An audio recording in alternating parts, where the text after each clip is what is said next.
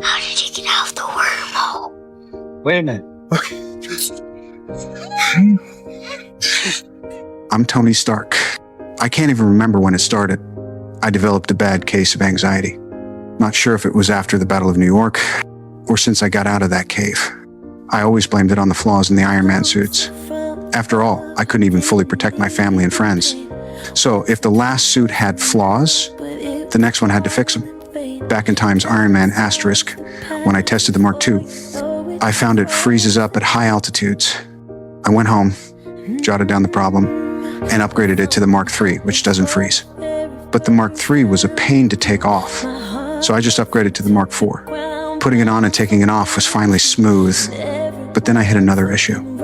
I had to rely on huge machines to help operate it. What if there were no machines? That's when the portable Mark V came in. I could carry it around, deploy it fast, even throw it on right there on the street. Of course, the Mark V wasn't perfect either.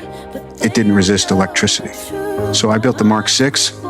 Not only does it resist electricity, it can even convert electricity straight into energy. In Times, the Avengers asterisk, when Thor hit me with his hammer, it didn't hurt me. Instead, it fully charged the suit. But me, I've never been one to stop it good enough. The Mark VII improved the suit up speed, fast enough to catch me midair. Then, with the Mark XL II, I made every piece of armor fly on its own, so it could assemble on me whenever I needed. In Times, Iron Man 2 asterisk hammer said suits needed a pilot, and Vanko swore drone suits were better. I didn't buy it back then, but after dealing with the mess those drones caused, I started thinking, what if the suit could fight on its own? That's why in Times Iron Man 3 asterisk, the Iron Legion showed up. Dozens of suits, no pilots, all rushing into the fight at once.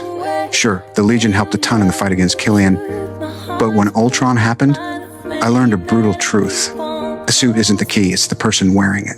So I implanted Jarvis into it, and that's how the Avengers got Vision. Later, I kept adding features to the suits. The Mark XLVI could analyze enemies' moves, but in the airport battle, Ant-Man squeezed into a gap in the armor.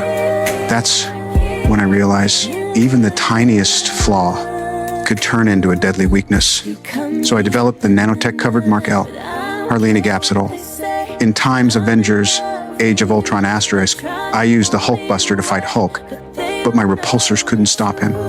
To fix the Hulkbuster's flaw, I added a cluster cannon to the Mark L. 6 ion cannons combined into one blast, powerful enough to knock back guys like Cull Obsidian. Even funnier, I stole a trick from Hulk too.